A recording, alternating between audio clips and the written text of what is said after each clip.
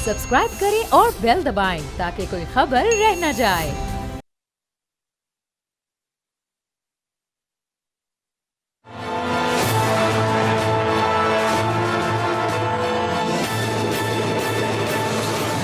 अस्सलाम वालेकुम, मैं हूं बाब जहांगीर। आप देख रहे हैं प्रोग्राम तज्जिया। मुल्की मईशत को फ़ाल और तरक्की याफ्ता बनाने के लिए बुनियादी उसूल होता है कि एक्सपोर्ट को बढ़ाया जाए और इम्पोर्ट को कम किया जाए ताकि आलमी मालियाती इदारों के कर्ज़ों पर कम से कम इन्हिसार किया जा सके। मगर एक्सपोर्ट को बढ़ाने के लिए जो चीज़ सबसे ज़्यादा अहम है वो है गैर मुल्की सरमायाकारी का पाकिस्तान में आना। और दूसरा मसला जो इस वक्त मुल्क को दरपेश है वो ये है कि मुल्की इम्पोर्ट को कैसे कम किया जाए। पाकिस्तान बड़े पैमाने पर पेट्रोलियम मसनूआत, इंसानी अद्वियात और ज़रई अद्वियात जैसी अहम तरीन चीज़ें इम्पोर्ट करता है, तो ये कहना गलत नहीं होगा कि इस वक्त पाकिस्तानी मईशत आलमी मालियाती इदारों और दोस्त ममालिक के कर्जों के मरहून मिन्नत है। अगर गुज़िश्ता 2 दहाइयों में तेज़ी से तरक्की करती मईशतों को देखा जाए तो तरक्की पजीर मईशतों से तरक्की याफ्ता मईशतों तक का सफ़र उन ममालिक ने एक्सपोर्ट और पैदावार को बढ़ाकर ही हासिल किया है। मईशत के माहिरीन का कहना है कि गैर मुल्की सरमायाकारी से मुताल्लिक पाकिस्तान की मौजूदा पॉलिसीज़ ज़्यादा पुरकशिश दिखाई नहीं देती हैं। पाकिस्तान में बराह रास्त गैर मुल्की सरमायाकारी में गुज़िश्ता साल के मुकाबले में 17% इजाफा हुआ है, लेकिन ये रकम तरक्की पजीर मईशतों के मुकाबले में खित्ते में सबसे कम रही है। स्टेट बैंक के आदादो शुमारी आप देख लें तो साल 2023 और 2024 के दौरान FDI की आमद $1.9 बिलियन तक पहुंच गई है, जो कि पिछले माली साल यानी 2022 और 23 में $1.62 बिलियन थी। इस वक्त हालात ये हैं कि नई इंडस्ट्री लगाना तो बहुत दूर की बात है, पुरानी इंडस्ट्री भी नहीं चल पा रही क्योंकि IPPs ने मुल्की मईशत को तबाह कर रखा है। इस वक्त मुल्की मईशत पर सबसे बड़ा बोझ IPPs का ही है, जिसने न सिर्फ मुल्की मईशत बल्कि आवाम की माशी जिंदगी को तबाह करके रख दिया। हर गुजरते दिन के साथ लोगों पर मजीद बोझ डाला जा रहा है। अभी कल ही की खबर आप देख लें, कराची के सार्फिन के लिए बिजली की कीमतों में एक बड़ा इजाफा किया गया। बिजली को ₹5.75 महंगा कर दिया गया। सार्फिन से इजाफे की वसूली अक्टूबर और नवंबर के बिलों में होगी। अब लोग बिजली का बिल दें, घर का राशन भरें या फिर हुकूमत के लगाए गए टैक्सेस अदा करें, जो कि हालिया बजट में तनख्वाहदार तबके पर जिस तरह से टैक्सेस का बोझ बढ़ाया गया वो भी एक काबिल मजम्मत कदम है। तनख्वाहदार तबके ने माली साल 2023-24 में टैक्स की मद में 367 अरब रुपए अदा किए थे, जो माली साल 2022-23 के 263.8 अरब के मुकाबले में 39.42% ज़्यादा हैं। और तनख्वाहदार तबके पर इस वक्त ये नाकाबिले बर्दाश्त बोझ मौजूद हैं। हुकूमत इस पूरी सूरत हाल में कहा, पंजाब हुकूमत ने एक रिलीफ का ऐलान किया, लेकिन वो सिर्फ 2 माह के लिए। उसकी क्या वजूहात हैं, पूरे मुल्क को ये रिलीफ कब मिलेगा और आगे किस तरह से मईशत की मजबूती के लिए हुकूमत इकदाम करने जा रही है, इस पर हम गुफ्तगू करेंगे। कैसर अहमद शेख साहब वफाकी वजीर हैं पोर्ट्स एंड शिपिंग के, बहुत शुक्रिया कैसर साहब प्रोग्राम के लिए आपने वक्त निकाला। सबसे पहले तो ये बताइएगा कि जो ज़ाहिर IPPs का मसला इस वक्त मुल्क की इकॉनमी पर एक बड़े बोझ की सूरत में मौजूद है। एक टास्क फोर्स बनी, उसको 1 महीने का मैंडेट मिला, 2 हफ्ते से ज़ायद तकरीबन गुजर चुके हैं। अभी तक क्या अमल दरामद हुआ है, क्या पेशरफ्त हुई है इस सिलसिले में? अगले 2 हफ्ते में कौन कौन सी खुशखबरियां इस सिलसिले में हम सुनने को हमें मिल सकती हैं? बिस्मिल्लाहिर्रहमानिर्रहीम। आपने दुरुस्त कहा कि इस वक्त IPP एक बहुत बड़ा मसला है, जो कि बिजली की चार्जेज है, हाई कीमत है, वो उससे हर कोई मुतासर हो रहा है।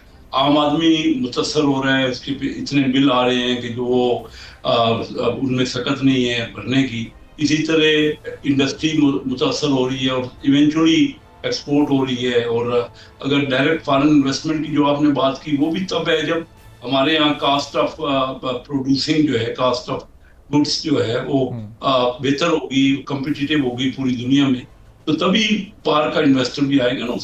उसको भी बॉटम लाइन चाहिए, अपना प्रॉफिटेबिलिटी चाहिए। तो IPP में बड़ी जो टास्क फोर्स है एक्टिवली काम कर रही है और 1 महीने का वक्त बिल्कुल शॉर्ट टाइम है और दिया गया है ताकि जितना जल्दी इसमें इफेक्टिवली रिजल्ट आ सके। आपने देखा है कि रिसेंटली फेडरल गवर्नमेंट ने 200 यूनिट तक की बिजली 2 महीने के लिए, 3 महीने के लिए रादर फ्री की है बिल्कुल। और पंजाब हुकूमत ने भी 500 यूनिट तक के लिए, जो 200 से 500 यूनिट है, उनके लिए 14 रुपए कम कर दिए हैं। और इससे काफी इम्पैक्ट तो आएगा, लेकिन ये लॉन्ग टर्म हम सोल्यूशन का सोच रहे हैं कि लॉन्ग टर्म सोल्यूशन किस तरह हो, कैपेसिटी चार्जेस जो है उनमें किस तरह बेनिफिट दिया जाए या उसमें किस तरह अफाका किया जाए। ये सारी चीजें बड़ी सबसे इस वक्त एक्टिवली कंसिडर हो रही हैं। पूरी हुकूमत इस पे तवज्जो दे रही है और इंशाल्लाह वज़ीर आज़म साहब ने कहा है कि जल्दी खुशखबरी आपको सुनाएंगे कि जो भी इसके रिजल्ट निकलेंगे, हम पूरा हमारे ख्याल में बहुत अच्छे रिजल्ट होंगे और इससे हमारी क्योंकि मईशत का दारोमदार है, तो इसलिए सब उसको बड़ी तवज्जो दे रहे हैं। तो कैसा अब ये प्लान है क्या गवर्नमेंट का, क्योंकि सब्सिडाइज करना बिजली को ये तो मसले का हल नहीं है। फेडरल में शहबाज शरीफ साहब ने 200 यूनिट तक वालों को सब्सिडी दी, पंजाब में मरीम नवाज साहिबा ने वो सब्सिडी का ऐलान किया 45 अरब की। ये तो 2 माह के लिए, इस 2 माह के बाद क्या होगा, बिजली के रेट्स फिर वही हो जाएंगे। और जो बाकी दीगर सूबे अभी 200 से 500 यूनिट वाले हैं, वो तो अभी इस रिलीफ से महरूम है। अगर वहाँ की हुकूमतें सिंध में, KP में, बलूचिस्तान में इस फार्मूले को अडॉप्ट नहीं करना चाह रही, उसके लिए फिर फेडरल हुकूमत क्या रोल प्ले कर सकती है? देखिए, वो फेडरल गवर्नमेंट ने तो अपने तौर पे 200 यूनिट तक कंसेशन दिया। आप दुरुस्त कह रहे हैं कि ये शॉर्ट टर्म रिलीफ है, कोई लॉन्ग टर्म नहीं है। लेकिन ये पंजाब गवर्नमेंट ने अपने PSDP से, वो अपने फंड से दिया है पैसा। तमाम सूबाई हुकूमतों को फेडरल गवर्नमेंट NFC अवार्ड के तहत तकरीबन 60% टोटल हमारा जो रेवेन्यू है उसको तो पहले ही सूबों को दे दिया जाता है।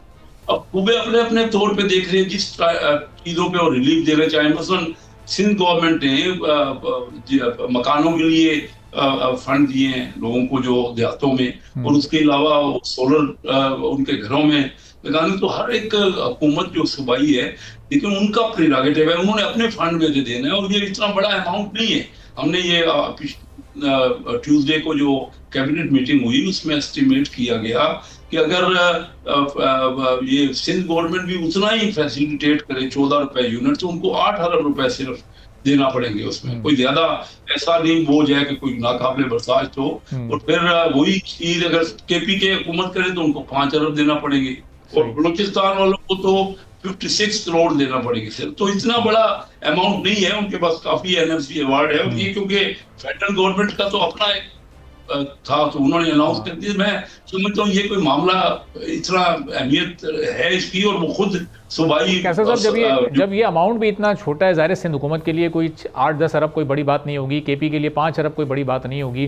तो अगर प्राइम मिनिस्टर सारे चीफ मिनिस्टर्स को लेकर बैठते, एक मीटिंग कॉल होती, एतमाद में लेते कि जी एक एक करके तमाम सूबे इस पर अमल दरामद करें, विफाक भी इसमें उनको जो सपोर्ट हो सकेगी वो करेगा, तो शायद एक बड़ा अच्छा, एक बड़े पर्सपेक्टिव में बहुत अच्छा मैसेज पाकिस्तान के आवाम को भी जाता है कि तमाम सूबे और फेडरल हुकूमत जो है ये एक अच्छे वर्किंग रिलेशनशिप में। अब पंजाब के ऐलान करने से ही हुआ कि सिंध और पंजाब हुकूमत आमने सामने आ गई, एक दूसरे पर तनकीद चल रही है। कोई कह रहा है ये संजीदगी नहीं है इस अमल में, कोई उसको गैर संजीदा अमल से और बेवकूफ़ी से ताबीर कर रहा है, फिर वहाँ से भी जवाबी हमले हो रहे हैं। तो ये तो जो मामला बेहतरी की तरफ जा सकता था, वो पॉलिटिकल एक जंग सी शुरू हो गई है इस वक्त। ये कोई ऐसा मसला ही नहीं है। देखिए, बात सुनिए कि हर सूबाई हुकूमत अपना अपना करते। अभी कल को आप ये भी कहेंगे कि सेहत की जो मंसूबे हैं सूबाई, वो सारे मिलके कर लें। उनके पास अपने फंड हैं, उनके पास अपनी हुकूमत है। ये कोई थोड़ी है। फेडरल गवर्नमेंट ने तो अपना जो उनका मामला था उस पर डिसीजन किया है। अब हर सूबाई हुकूमत अपना अपना बजट देख रही है, वो पूरा बजट बनाते हैं, एलोकेशन करते हैं। और अगर कोई कहीं से उनको इजाफी मिलता है, मैंने जैसे आपको कहा कि 8 अरब रुपए सिंध गवर्नमेंट के लिए क्या मैंने रखता है, अगर वो चाहें और वो अगर ये चाहें कि किसी और फंड पे उन्होंने लगाने, तो उनकी मर्जी है। मैं महसूस नहीं करता इस तरह। तो कल एजुकेशन का भी आप कहेंगे कि सारे सूबे इकट्ठा होकर कर लें, तो फिर सूबों की क्या अहमियत, सूबाई हुकूमतों की क्या बजट रह जाएंगे, या उनकी जो प्लानिंग है वो क्या होगी। तो इसलिए मैं इसको एग्री नहीं करता।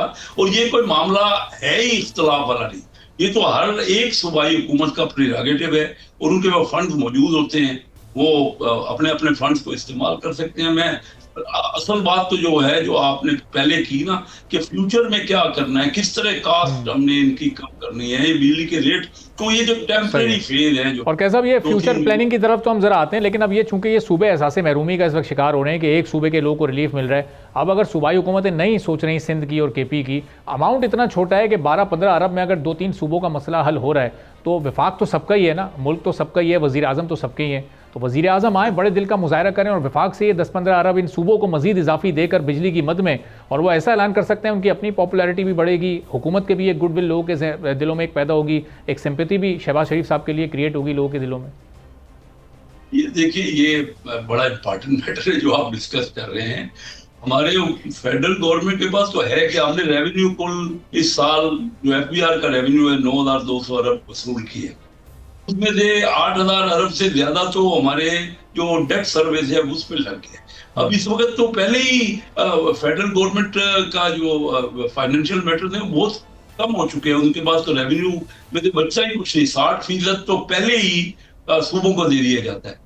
ये तो सूबों का काम, सूबों के पास ज्यादा फंड है फेडरल गवर्नमेंट से तो बजाय के सूबे सरप्लस करे, और करना है उनको, उनका टारगेट है उनको कि उन्होंने सरप्लस करना है। तो कैसे साहब, ये जाहिर है विफाक के पास इतनी शॉर्टेज है इस वक्त फंड्स की, लेकिन हम सदर हाउस का, प्रेसिडेंट हाउस का भी खर्चा बढ़ता हुआ देख रहे हैं, प्राइम मिनिस्टर हाउस के लिए भी मराहत में इजाफा किया जा रहा है, हम MNA MPAs के जो सफरी अलाउंस हैं उसमें भी पर किलोमीटर 300 गुना का इजाफा देख रहे हैं। तो ये सारी चीज़ें भी तो इस पैसे की शॉर्टेज में हो ही रही हैं। नहीं जी, ये अभी हमने जो ट्यूसडे को कैबिनेट मीटिंग की है उसमें फैसला किया है कि किसी किस्म की कोई मराहत नहीं होगी, कोई नई गाड़ी नहीं ले सकता, कोई गाड़ी बिल्कुल बंद कर दी, बैन कर दी।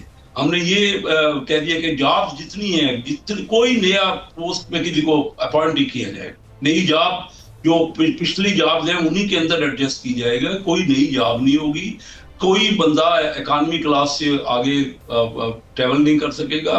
और अपने अपने पहले ही वजीर, हमारे तमाम फेडरल गवर्नमेंट के तमाम वज़रा न तो कोई तनख्वाह ले रहे, कोई तनख्वाह नहीं ले, और अपने घर के जो जो अपने यानी गवर्नमेंट के हाउसेज हैं उसके भी बिजली के बिल और गैस के और ये सारे बिल हम अपनी जेब से पॉकेट से पे कर रहे हैं। आप अंदाजा कीजिए, इससे ज्यादा अब कैसे ये श्योरिटी आप अपने और शहबाज शरीफ साहब की हद तक दे रहे हैं, या जो तमाम कैबिनेट मेंबर्स हैं ये उन सब के लिए आप यकीन से कह रहे हैं कि ऐसे ही हो रहा है? बिल्कुल तमाम कैबिनेट की तरफ से मैं आपको यकीन दिलाता हूँ, क्योंकि हमने ये फेडरल गवर्नमेंट पास की है, ये तो हमने और हर एक ने वॉलंटियरली किया है, ये नहीं है। तमाम काबीना के मेंबर्स जो हैं वो उन्होंने वॉलंटियरली विथड्रॉ किया, अपनी तनख्वाह भी विथड्रॉ की है, और अपने अपने वो बिजली के और गैस के बिल भी पे कर रहे हैं। अब अंदाजा कर लीजिए, वो दिन रात काम भी कर रहे हैं, लेकिन कोई बात नहीं, तो मुल्क के लिए हमने काम, हर एक आप लोग सारे, पूरा मुल्क जो है मिलके चलेगा, इस वक्त जरूरत है मुल्क को। और मैं समझता हूँ कि कलेक्टिवली, इसीलिए मैं बाकी तमाम पार्टियों को भी हमेशा कहता रहता हूँ कि ये वक्त जो है हम ये सोचे कि हमने मुल्क को आगे कैसे बढ़ाना है, एक दूसरे के ऊपर जाती इख्तिलाफ की बातें करना, तो पॉलिसी। कैसे साहब, ये 2 माह का जो रिलीफ है, इससे आगे का फिर प्लान क्या होगा? ये इसके बाद, चूंकि इन 2 माह में भी जो कैपेसिटी पेमेंट्स का मसला है वो तो अपनी जगह पर रहेगा, आपने सब्सिडाइज करके आवाम को तो रिलीफ दे दिया, पेमेंट्स तो आपको कैपेसिटी की मद में उतनी ही करनी है, 2 माह बाद भी वो पेमेंट्स उतनी ही करनी होंगी, फिर ये अवामी रिलीफ खत्म हो जाएगा, या इसका कोई ऑल्टरनेट प्लान पंजाब हुकूमत के पास या फेडरल गवर्नमेंट के पास मौजूद है? देखिए, इसी पे मुख्तलिफ ऑप्शन से डिस्कस हो गए, और इंशाल्लाह बिल्कुल चंद दिनों में आपको सारा एग्जैक्टली रिवील किया जाएगा कि क्या प्लान। ये तो हमने तय किया हुआ है कि बिजली की कीमतें कम होंगी, और इंडस्ट्री के लिए भी, एक्सपोर्ट के लिए भी, और आम लोगों के लिए भी उसमें बेनिफिट होगा, उनको कीमतों में रिडक्शन होगी। अब एग्जैक्ट प्लान जो है वो स्टडी हो रहा है, और उसके जो फाइनल पोजीशन होगी वो सामने आ जाएगी। चंद दिनों की बात है, चंद हफ्तों में ये हर चीज वादे तौर पे सही। और क्या साहब, इस हुकूमत ने बड़ी टैक्स इस्लाहात का इस वक्त एक एजेंडा हुकूमत के सामने है, और तनख्वाहदार तबके पर भी वो टैक्स के स्लैब्स में इजाफा हुआ तो लोगों का कुछ टैक्स बढ़ा, और भी मुख्तलिफ सेक्टर्स हैं जिनको आप टैक्स नेट में लाने की कोशिश करें। जो IPPs इस वक्त जो कि 100 से ज़ायद और ये कोई 50 से ज़ायद गवर्नमेंट ओन जिनके बारे में कहा जाता है, ये कितना टैक्स देते हैं? इनके कोई टैक्स कलेक्शन के फिगर्स आपके इल्म में या आपके पास ऐसी कोई चीज़ मौजूद है? देखिए, उनको नॉर्मल टैक्स लगता है, हर कोई इदारा अपने अपना जितनी उसकी इनकम होती है उसका वो टैक्स देता है, और दे रहा है जिसकी इनकम है, जो लास्ट में है उसका टैक्स नहीं होता। मेन टैक्स तो डायरेक्ट टैक्स है, जो हमारे इस बजट में भी है, तो वो इनकम टैक्स ज्यादा है। हाँ, पर्सनल टैक्स में कुछ स्लैब्स में फर्क डाला गया है, लेकिन उनकी देखिए ना, ओवरऑल तो परसेंटेज बड़ी है जरूर टैक्स की, लेकिन स्लैब में बेहतरी हुई है, और ओवरऑल किसी का कम नहीं हुई तनख्वाह एक भी। बल्कि ये समझे ना कि 1 लाख रुपए जिसका तनख्वाह थी उसको एक तो तनख्वाह बढ़ गई ना, अभी तनख्वाह बढ़ाई गई 25%, 20%, 25% तनख्वाहें बढ़ी हैं बेसिक पे पे। उसके बाद उनको टैक्स के भी बढ़ा, लेकिन ओवरऑल जब टैक्स है यानी जितनी तनख्वाह बढ़ी है उतना नहीं बढ़ा, उससे कम बढ़ा है। मसलन जो पहले 1 लाख रुपए तनख्वाह लेते थे वो अब 1,15,000 तनख्वाह लेंगे अगर, तो 1 लाख पे पहले 1,000 इनकम के पर मंथ जो है 1,000 रुपए टैक्स था, अब वो 2,000 रुपए हो गया है। हाँ, लेकिन वो तो कैसा ज़ाहिर है, वो थे सरकारी मुलाजमीन की हद तक वो मामला है ना। IPPs को जो टैक्स छूट पिछली हुकूमतों में मिली है, चाहे वो PTI की हुकूमत हो, PDM की हुकूमत हो, वो उससे पहले मुस्लिम लीग नून की अकेले जो तने तना हुकूमत थी वो हुकूमत हो, उसके भी अरबों रुपए के, बल्कि एक मोहतात अंदाजे के मुताबिक खरबों रुपए के टैक्स छूट के फिगर्स अब आहिस्ता आहिस्ता सामने आ रहे हैं। जो दुरुस्त है, जो ये तो पुराना आपको पता है कि कॉन्ट्रैक्ट हैं, सारे बड़े पुराने कॉन्ट्रैक्ट, नया कॉन्ट्रैक्ट तो उसमें कोई हुआ नहीं है। जो कॉन्ट्रैक्ट जिस किस्म की शर्त पे है उसी के मुताबिक वो टैक्स पे कर रहे हैं, या उनको छूट जो भी मिली है वो हर एक की अलग अलग है, आपके सामने है। कॉन्ट्रैक्ट हुए हैं मुख्तलिफ उसमें, और लेकिन अपने इसमें नया कोई, ये तो बड़े पुराने कॉन्ट्रैक्ट हैं, 25-30 साल पहले की बातें हैं जो कि हुई। अब नया तो अब रेट अब ज्यादातर सोलर में जा रहे हैं या विंड एनर्जी की तरफ जा रहे हैं। हम चाह रहे हैं जो पिछले 5 साल का टेन्योर जो पीटीआई और पीडीएम ने मिलकर गुजारा, उसमें 40 नए आईपीपीज आए। फिर जो 2014 से सिलसिला एक शुरू हुआ जिसमें सुलेमान शहबाज की आईपीपीज के साथ भी कॉन्ट्रैक्ट किया गया, तो ये तो बहुत कोई पुरानी चीज़ें नहीं है। यानी यही वो तमाम चेहरे जो कि इस वक्त लीडरशिप के तौर पे कैबिनेट में मौजूद हैं, ये तमाम डिसीजंस लेते रहें और अरबों रुपए की टैक्स छूट आईपीपीज़ को देते रहें। और इस वक्त यहाँ 60-60, 70-70 हज़ार महाना कमाने वाले पे जिस तरह टैक्स बढ़ाया जा रहा है वो आपके सामने ही है।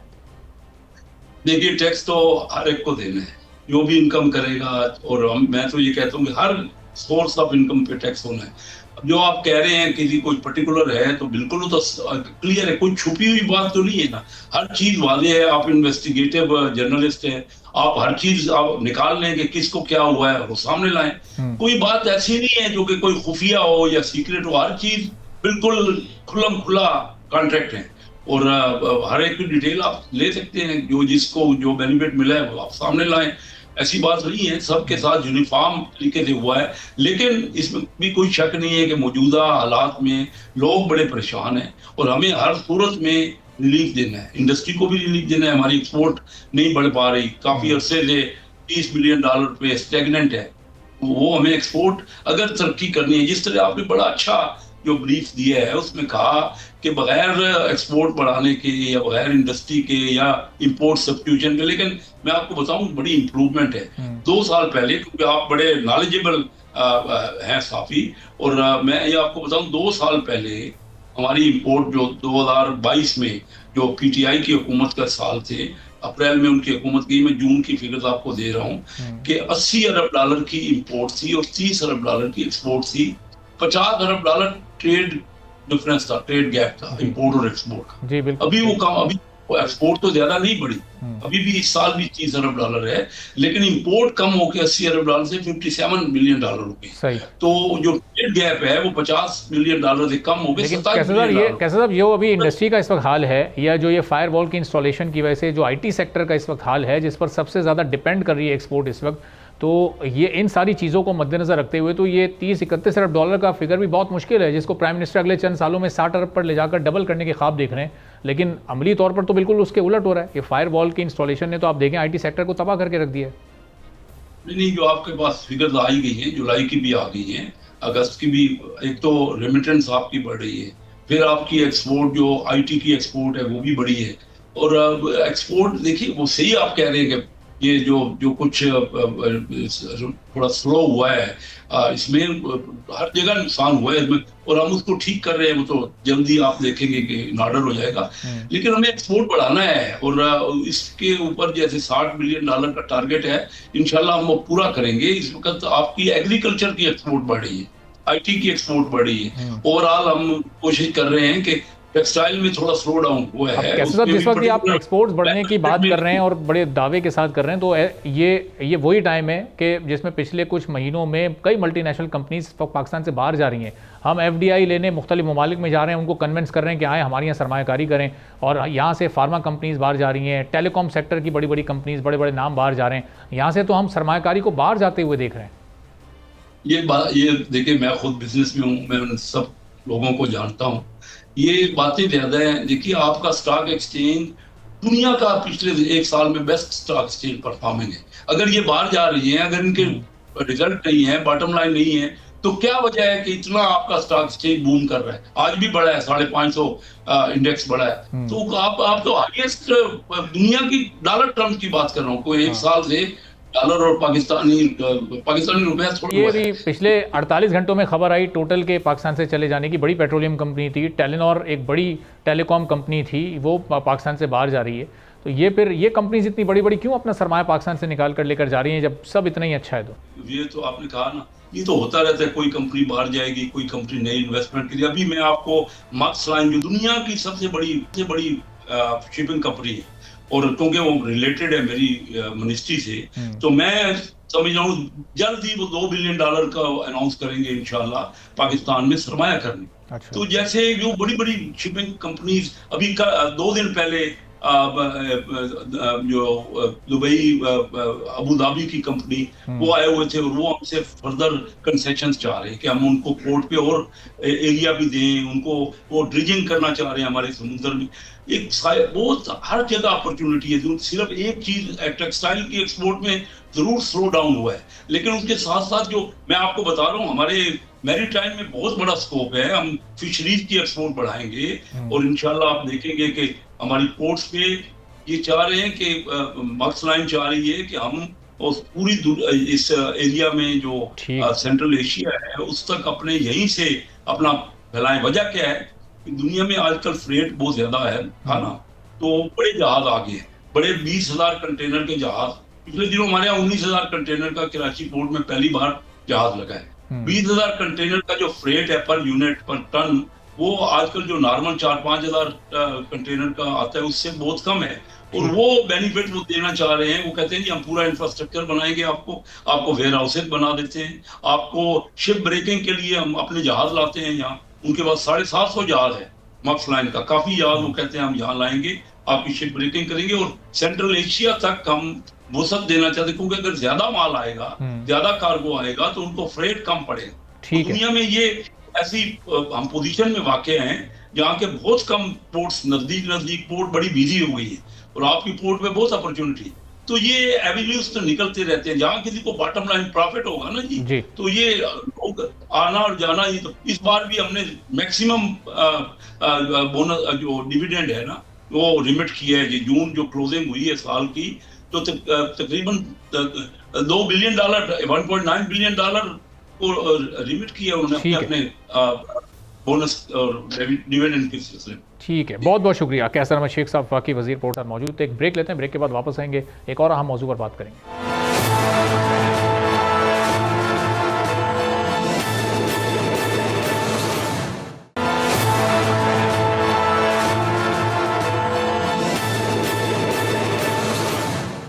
एक बार फिर प्रोग्राम में आपको खुशामदीद कहेंगे। आज दुनिया में बढ़ती हुई डिजिटल टेक्नोलॉजी की वजह से हर चीज़ बदल रही है। किसी भी मुल्क की तरक्की का अंदाज़ा उसके डिजिटल फुटप्रिंट से लगाया जा सकता है, और बात अब यहाँ तक आ गई है कि जिस मुल्क का डिजिटल फैलाव जितना ज़्यादा होगा वो मुल्क भी उसी कदर तरक्की याफ्ता कहलाएगा। मोबाइल फ़ोन्स पर इंटरनेट की फराहमी के बाद डिजिटल खिदमात का दायरा वसी से वसी तर होता जा रहा है। डिजिटल गवर्नमेंट, डिजिटल बैंकारी, telemedicine, freelancing, e commerce, app development, web development और दीगर मुताबिक शोबों में ये काम अब तेज़ी के साथ आगे बढ़ रहा है।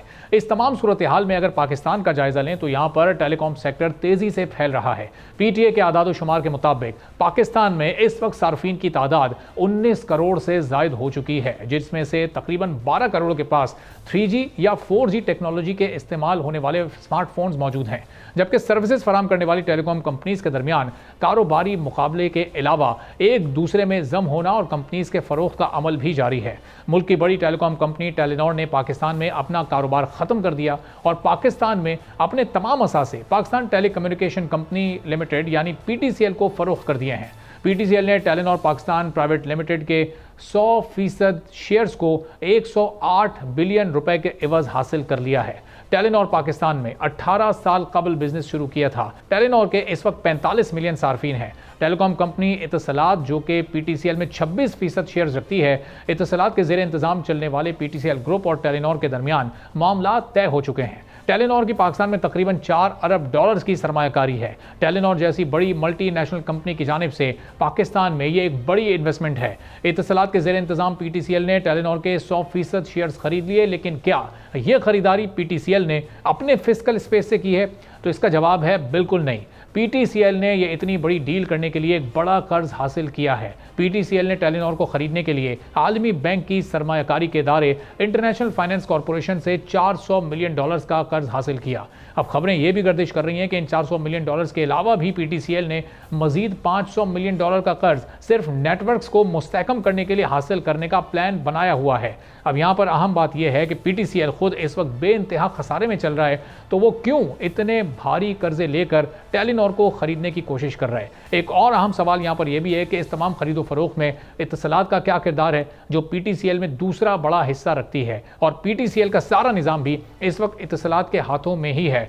टेलीनॉर की फरोख्त के बाद अब पाकिस्तानी मार्केट में 3 ऑपरेटर्स बाकी रह गए हैं और तमाम की तमाम कंपनीज गैर मुल्की हैं। पाकिस्तान में टेलीकॉम कंपनीज के जम या फरोख्त होने की बड़ी वजह मार्केट में मौजूद इंतहाई मुसाबकत और औसतन फी सारिफ अखराजात में लगने वाला फुल स्टॉप है।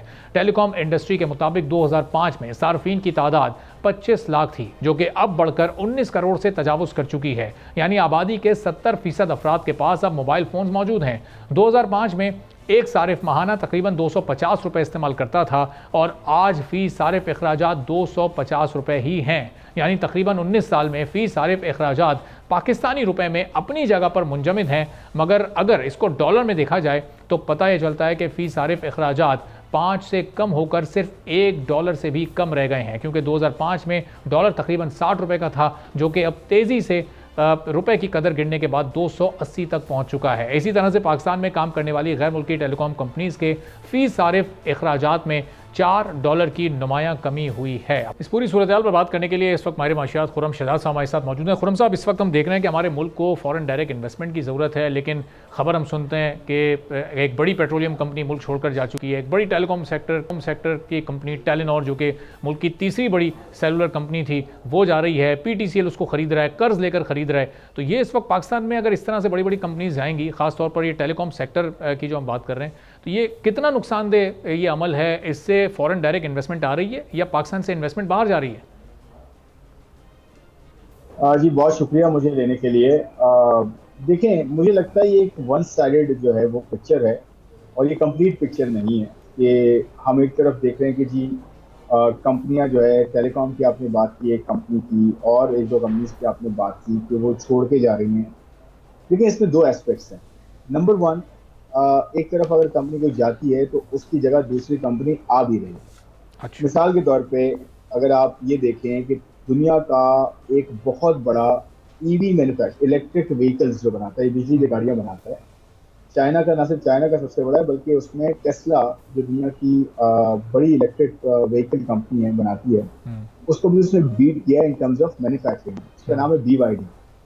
वो आपकी जो सबसे बड़ी पावर कंपनी है, पावर जनरेशन कंपनी है हबको, उसके साथ उसने एक जॉइंट वेंचर किया पाकिस्तान में, और इसकी जो है ना सेरेमनी लास्ट सैटरडे को हुई है।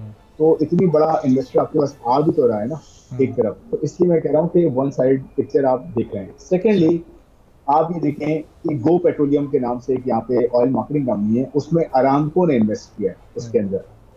तीसरा जो है टोटेल, एक रिटेल पेट्रोलियम कंपनी है, उसमें गनवर ने इन्वेस्ट किया है बाहर, यानी कि इन्वेस्ट किया या उसका स्टेक जो है वो बिका है, तो उसने ले लिया। गनवर आपको LNG भी प्रोवाइड करता है, काफी बड़े स्टेक्स उसमें बढ़ते जा रहे हैं, ये भी एक मल्टीनेशनल है। फिर शेल का जो है, शेल ने ये इस जो है कंट्री से निकल रहा है और कंट्री से निकल रहा है, अपनी वो कंसोलिडेट कर रहा है। शेल की मैं बात कर रहा हूँ, उसकी जगह वाफी आया है आपके पास। वो एक बड़ा जो है वो ऑयल जो है वो ट्रेडर है, ऑयल इन्वेस्टर है, वो आपके पास आया।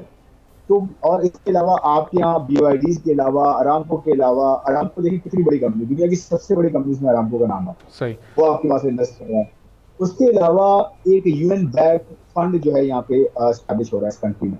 उसके अलावा एक और EV मैन्युफैक्चरर, इलेक्ट्रिक व्हीकल का मैन्युफैक्चरर आ रहा है इस मुल्क में। फिर उसके अलावा 2 बड़ी IT कंपनीज आ रही हैं, यूरोपियन एंड US, वो इस मुल्क में आ रही हैं। ऑयल एंड गैस कंपनी इस मुल्क में आ रही हैं। उसके अलावा बड़ा प्रोमिनेंट एक माइनिंग सर्विसेज बिजनेस है इंटरनेशनल, वो अपना ऑपरेशन एक्सपैंड कर रहा है पाकिस्तान में। उसके अलावा अबू धाबी पोर्ट ने इन्वेस्ट किया है आपके पास। देखें, एक तरफ अगर हम पिक्चर देखते रहेंगे तो वो तो हमें फिर वो नेगेटिविटी नजर आएगी।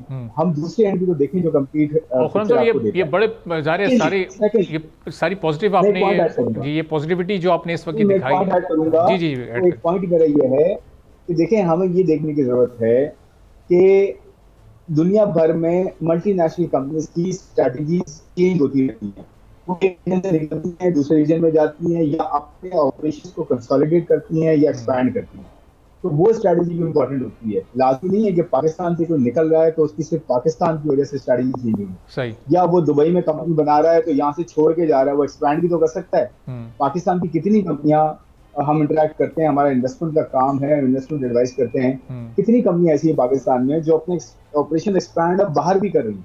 तो बिल्कुल सही बात है कि हमारे यहाँ चैलेंजेस हैं, टैक्सेशन के चैलेंजेस हैं, एनर्जी के चैलेंजेस हैं, हमारे यहाँ जो है वो इंटरेस्ट रेट्स और हाई कॉस्ट ऑफ कैपिटल के चैलेंजेस हैं। IMF प्रोग्राम में हम दोबारा जा रहे हैं, लेकिन एक तरफ अपॉर्चुनिटी भी है। खुर्रम साहब, ये इस जो टेलीनॉर का एग्जिट है पाकिस्तान से, इसमें भी हम पॉजिटिव एस्पेक्ट ही ढूंढ रहे हैं कि PTCL क्यों मिलियंस के कर्जे लेकर इस कंपनी को एक्वायर करने की कोशिश कर रहा है।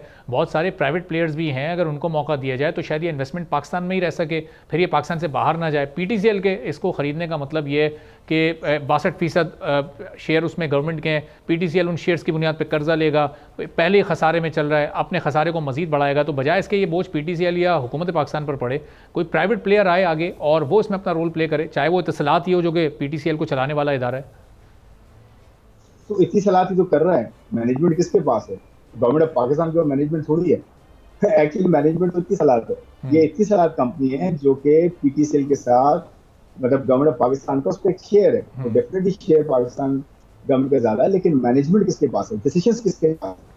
तो जो ये डिसाइड कर रहा है कि जी टेलीनॉर अगर निकल रहा है तो उसको खरीद लिया जाए, तो वो तो इत्तसलात कर रहा है ना। इत्तसलात पाकिस्तान में भी ऑपरेशन स्टार्ट कर रहा है, तो मतलब सवाल यहाँ पैदा हो रहा है कि इत्तसलात उसमें इन्वेस्ट नहीं कर रहा, क्योंकि जिस तरह 400-500 मिलियन डॉलर्स का कर्ज PTCL को लेना पड़ रहा है, वो तो इत्तसलात बहुत आसानी से उन्हें प्रोवाइड कर सकता है। उनके रेवेन्यूज तो बिलियंस ऑफ डॉलर्स में।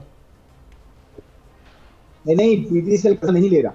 देखिए, मैं बड़ी बात समझो, PTCL अगर जो है कर्जा लेके कोई कंपनी बाय कर्जा लेके कंपनियां बाय की जाती हैं, ये तो ज्यादा आपको रिटर्न प्रोवाइड करता है कि किसी और का पैसा लेके एक अच्छा एसेट बाय करके और रिटर्न अपनी इक्विटी इन्वेस्टर्स को भी देने से गवर्नमेंट पाकिस्तान को फायदा होगा आगे जाते हुए। वो बात सही है कि कर्जा ले रहा है, लेकिन ये स्ट्रैटेजी है। मेरी बात समझो, अच्छा, आपको एक्वायर करना है, कोई बिजनेस खरीदना है, तो आपके पास दो तरह के कैपिटल होते हैं। एक लेके आप जेब से पैसे डालें, या किसी से कर्जा लेके और उस कंपनी को खरीद लें।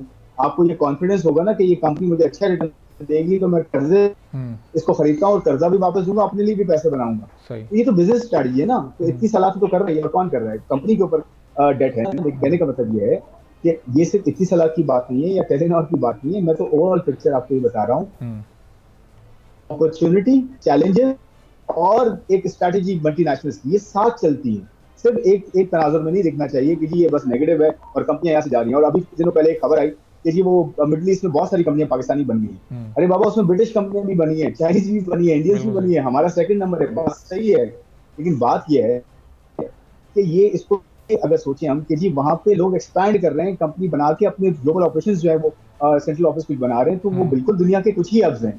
सारे कंट्रीज थोड़ी दुनिया की कोई एक्स्ट्राऑर्डिनरी प्रोवाइड करते हैं। लेकिन हैविंग सेड दैट, कुछ चैलेंजेस हमारे हैं, उन चैलेंजेस को हमने ठीक करना है ताकि यहाँ ज्यादा इन्वेस्टमेंट हो। जो पोटेंशियल है, अभी पोटेंशियल पे इन्वेस्टमेंट नहीं है डेफिनेटली। सही। और हम सब जिस तरह टेलीकॉम सेक्टर में बड़े प्लेयर्स बहुत ही कम रह गए, और जब ये टेलीनॉर का एग्जिट भी हो रहा है तो इस पर भी हम जैज़ और जोंग को कंपटीशन कमीशन ऑफ पाकिस्तान में जाता देख रहे हैं। तो ये अगर डील कंप्लीट हो जाती है और एक ही छतरी तले सारे बड़े प्लेयर्स आ जाते हैं, तो आगे सर्विस क्वालिटी भी मुतासिर हो सकती है। एक आम सारिफ के लिए टैरिफ रेट को भी बढ़ाया जा सकता है। फिर तो PTCL डिसाइड करेगा कि इस मुल्क में क्या टैरिफ रेट चलना है, इस मुल्क में सर्विस का मेयार क्या होना है। तो कंपटीशन वो जो ख़त्म करने की एक फ़िज़ा का एक इससे आगाज़ हो सकता है। क्या समझते हैं आप? अब देखिए, ये तो definitely competition commission of Pakistan को देखना है। और मैं आपको ये बता दूं, टेलीकॉम सर्विसेज में अगर आप मिडिल ईस्टर्न कंट्रीज की तरफ देख लें, इंडिया की तरफ देख लें, या और कंट्रीज की तरफ देखें, तो बहुत ज़्यादा प्लेयर्स नहीं होते हैं। 2 प्लेयर्स, 3 प्लेयर्स, 4 प्लेयर्स मैक्सिमम। और कंसोलिडेशन होती है तो डायरेक्टली उसमें कंपटीशन का एक एंगल आता है। बिल्कुल सही कह रहे हैं, बट पॉइंट ये है कि कंपटीशन कमीशन पाकिस्तान को भी देखना है और ये गवर्नमेंट को एज अ पॉलिसी देखना है कि कंपटीशन को हर सेक्टर में लाया जाए ताकि ओवरऑल इकोनॉमी में बेहतरी हो, ना सिर्फ एक सेक्टर, जो सेक्टर में जिसमें कंज्यूमर का फायदा ही कंपटीशन। आप पावर सेक्टर देख लें, उसमें भी गवर्नमेंट का फुटप्रिंट बहुत ज्यादा है। अब और दूसरे सेक्टर्स देखें, गवर्नमेंट का फुटप्रिंट वैसे ही कम करना चाहिए। मैं पीटीसीएल की बात नहीं कर रहा, मैं वैसे कह रहा हूँ कि गवर्नमेंट का फुटप्रिंट कम करना चाहिए, प्राइवेट सेक्टर को आगे आना चाहिए, कंपटीशन अक्रॉस द बोर्ड होना चाहिए, ताकि कंज्यूमर को फायदा, और कंज्यूमर को हमेशा कंपटीशन में फायदा होता है। और बिल्कुल सही बात। और ये कंपटीशन कमीशन ऑफ पाकिस्तान को भी इस पर रिजर्वेशंस हैं। जब भी पहले रिव्यू के बाद अब ये रिव्यू का दूसरा मरहला शुरू हुआ है, जिस पर अभी गुज़िश्ता 2 रोज़ पहले जैज़ की एक हेयरिंग भी हुई है, तो उनके भी रिव्यू अपनी जगह पर उनके रिजर्वेशंस मौजूद हैं। अब बस इंतज़ार ये है कि देखना है कि फैसला वो क्या करता है, वो किस फरीक के हक में वो अपना डिसीजन देते हैं। जी जी बिल्कुल, देखिए मैं वही बात कर रहा हूँ कि हर किसी के जो है कंसर्न्स होते हैं, और अगर राइट कंसर्न्स हैं उनको बिल्कुल हैंडल करना चाहिए। लेकिन मैं फिर वही बात दोहराऊंगा अपनी, कि कंपटीशन पूरी इकोनॉमी में होना चाहिए, हर सेक्टर में होना चाहिए, और इन्वेस्टमेंट भी वहीं आती है जहाँ पे फेयर ट्रीटमेंट होता है, ट्रांसपेरेंसी होती है, और एक लेवल प्लेइंग फील्ड होती है, और आपको एक अच्छा एनवायरनमेंट दिया जाता है, तभी इन्वेस्टमेंट फ्लरिश होती है, और इन्वेस्टमेंट की है प्रोग्रेस के लिए और सपोर्ट के लिए इकोनॉमी में। ठीक है, बहुत बहुत शुक्रिया खुर्रम Potential शहजाद अल्लाह साहब, हमारे मशहूर थे। इसी के साथ नाज़रीन आज के प्रोग्राम से इजाज़त दीजिए। अल्लाह।